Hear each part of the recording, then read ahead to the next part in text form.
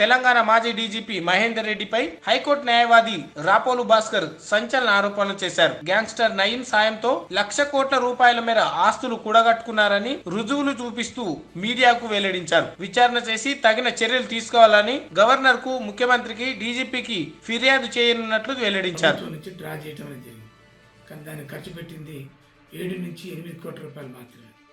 మిగతా 8 కోట్ల రూపాయలు అప్పుడున్నటువంటి ఒక సిపి, ఇప్పుడున్నటువంటి అవినాష్ మోహంతి అనేటటువంటి వ్యక్తి పేరుతోటి మరి కొన్ని డాక్యుమెంట్లు బిల్స్ని ఫోర్జరీ చేసి వాటిని తీసుకోవడం అనేటటువంటి జరిగింది. 8 కోట్ల రూపాయలు ఒక సిసిఎస్ బిల్డింగ్ రెన్యువేషన్ పేరుతోటే తీసుకోవడం అనేటటువంటి జరిగింది. ఇంకా వారు హైదరాబాద్లో సీసీటీవీల సంబంధించినటువంటి పోలీస్ స్టేషన్ల సీసీటీవీల ఫుటేజ్ పేరుతోటి కొన్ని వందల కోట్ల రూపాయలు వారు డ్రా చేసినట్టుగా, అక్రమాలకు పాల్పడ్డట్టుగా రకరకాల ఆరోపణలు వారి మీద ఉన్నాయి. ఇంకా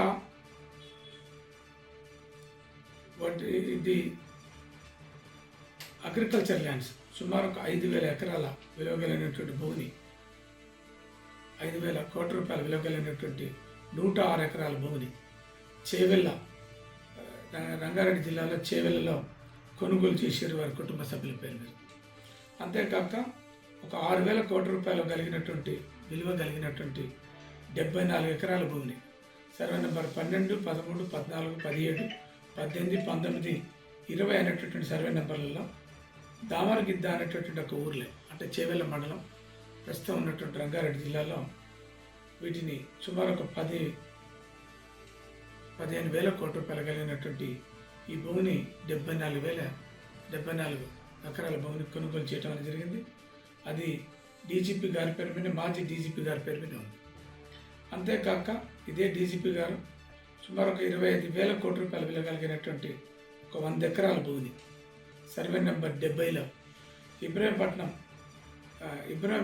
ఇబ్రహీంపల్లి అనేటటువంటి ఒక ఊర్లే, అది కూడా చేవెళ్ళ మండలంలోనే విపరీతంగా కెమికల్ లిమిటెడ్ అనేటువంటి ఒక ఫ్యాక్టరీ పేరుతోటి కొని ఆ ఫ్యాక్టరీని దాంట్లో ఎస్టాబ్లిష్ చేయడం అనేది జరిగింది. దాంట్లో ఈ డీజీపీ గారు ఉన్న మేనేజింగ్ పార్ట్నర్గా స్లీపింగ్లో కొనసాగుతూ ఉంటారు. అంతేకాక ఒక 250 ఎకరాల భూమిని నాంచేరి విలేజ్, అంటే చివేల మండలంలో కూడా కొనుగోలు చేశారు. అది దగ్గర ఒక 30,000 కోట్ల రూపాయల వర్త్ ఉంటుంది అనేటువంటిది ఒక సమాచారం.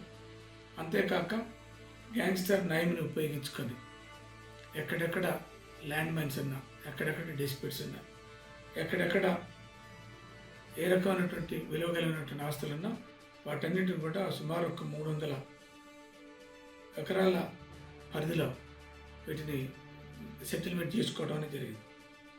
ఇక్కడ గ్యాంగ్స్టర్ నయీం 18 ఎకరాల 5 గుంటల భూమిని రాయగిరి విలేజ్, యాదగిరిగుట్ట మండలంలో సరిచేసి ఇవ్వటం అనేది జరిగింది. ఇంకొక 300 కోట్ల రూపాయలు కలిగినటువంటి ఆస్తులు భువనగిరి, బీబీ నగర్, యాదగిరిగుట్ట, తర్వాత రాయగిరి అనేటటువంటి ఈ ప్రాంతాలలో పెద్ద ఎత్తున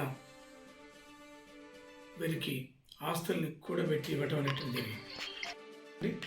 ఆయన కర్నూలు ఎస్పీగా పనిచేస్తున్నప్పుడు వివిధ రకాల క్రైమ్లలో కొన్ని వెహికల్స్ని సీజ్ చేయటం అనేది జరిగింది.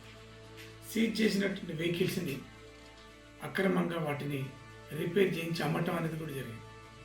ఆ ఇన్సిడెంట్ మీద అప్పుడున్నటువంటి ఏసీపీ అధికారులు ఒక కేసు నమోదు చేశారు. దాంట్లో ఇలియా అనేటటువంటి ఒక డైరెక్టర్, ఒక పెద్ద ఏసీపీ ఆఫీసర్ని కూడా దాంట్లో అపాయింట్ చేశారు. ఆయనను బదిలీ చేయించడం, ఆ కేసును మూసివేయించడం అనేటువంటిది కూడా జరిగింది. అంతేకాక దుర్గామాత సొసైటీ, కేపీహెచ్పి పరిధిలో ఉన్నటువంటి ఒక దుర్గామాత సొసైటీలో సుమారు ఒక 500 నుంచి 600 కోట్ల రూపాయల విలువ కలిగినటువంటి 160 ఫ్లాట్లని సర్వే నెంబర్ 168, 63లో వాళ్ళ భార్య పేరు మీద, కొడుకుల పేర్ల మీద అక్రమంగా రిజిస్ట్రేషన్ చేయించుకోవడం జరిగింది ఒక సెటిల్మెంట్ పేరుతో. అంతేకాక వీరు రియల్ ఎస్టేట్ పేరుతోటి తన అల్లుని రియల్ ఎస్టేట్లోకి దించి ఈయన సంపాదించినటువంటి అనేక రకాల ఆస్తుల్ని సుమారు 600 కోట్ల రూపాయలు 600 ఎకరాల భూమి అబ్దుల్లాపూర్ మెట్ మండల్ హయత్ నగర్ అబ్దుల్లాపూర్ మెట్ పరిధిలో ఈ అలా సేల్ డీడ్స్ని యూనిలాటరల్ క్యాన్సిలేషన్ కింద చేయించడం పాల్పడి వేల కోట్ల రూపాయలకు సంబంధించినటువంటి ఆస్తిని గ్రాప్ చేయడం అనేటటువంటి జరిగింది. అంతేకాక ఈ డీజీపీ గారి బ్రదర్ ఎన్ఎస్పిలో ఎస్సీగా సూపరింటెండెంట్ ఇంజనీర్గా పనిచేయడం అనేది జరిగింది నాగార్జునసాగర్. అదే వట్టినాగులపల్లిలో రామచంద్రారెడ్డి వీరి బ్రదర్ పేరుతోటి ఒక 12 ఎకరాల గవర్నమెంట్ ల్యాండ్ లావుని పట్ట భూముల్ని ఆయన పేరు మీద రెవెన్యూ అధికారులతో కుమ్మక్కై రిజిస్ట్రేషన్ చేయించుకోవడం అనేది జరిగింది. ఇట్లా ఒకటే కాదు, నయీం అనేటువంటి ఒక గ్యాంగ్స్టర్ని ఉపయోగించి ఈ రాష్ట్రంలో పెద్ద పెద్ద ల్యాండ్ మైన్స్ తర్వాత పెద్ద పెద్ద ఇష్యూస్ అన్నింటిని కూడా గ్రాప్ చేయటం, గ్యాదర్ చేయటం, వాటన్నిటిని కూడా తీసుకోవటం అనేటటువంటి ఆరోపణలు విపరీతంగా ఉన్నాయి. అందుకనే ఒక అంత పెద్ద స్థాయిలో పనిచేసినటువంటి ఒక డీజీపీ మీద ఇట్లాంటి ఆరోపణలు రావటం దురదృష్టకరమైనటువంటి అంశం. వారు ఈ రకంగా ఆస్తులు సంపాదించుకోవడానికి అప్పుడున్నటువంటి బీఆర్ఎస్ పెద్దలు, నాయకులు, మంత్రులు అందరూ కూడా డైరెక్ట్గా ఇండైరెక్ట్గా సహకరించారు. తర్వాత డిపార్ట్మెంట్లో చాలామంది ఆయనకు సంబంధించినటువంటి కొంతమంది ఫాలోవర్స్ని పెట్టుకొని విపరీతంగా ల్యాండ్ సెటిల్మెంట్ చేసి కొన్ని వేల కోట్ల రూపాయలు సమీకరించాడు. దాంతో ఆస్తులు కొన్నాడు. దాంతో విపరీతంగా ఈ ల్యాండ్ మైన్స్ని తీసుకొని రియల్ ఎస్టేట్ వ్యాపారం చేస్తూ ఇలా దగ్గర 80 నుంచి 1,00,000 కోట్ల రూపాయలకు తన ఆస్తులు కలిగి ఉండనేటువంటిది ఒక పెద్ద ఎత్తున ఆరోపణలు వస్తూ ఉన్నాయి. అందుకనే ఇట్లాంటి ఈ డిస్ప్రపోర్షనేట్ ఎసెట్స్ మీద యాక్షన్ తీసుకోవాలని, ఎంక్వైరీ చేయాలని నేను గౌరవ ముఖ్యమంత్రి గారికి తర్వాత డీజీపీ యాంటీ కరప్షన్ బ్యూరోలకు కంప్లైంట్ పెట్టాను.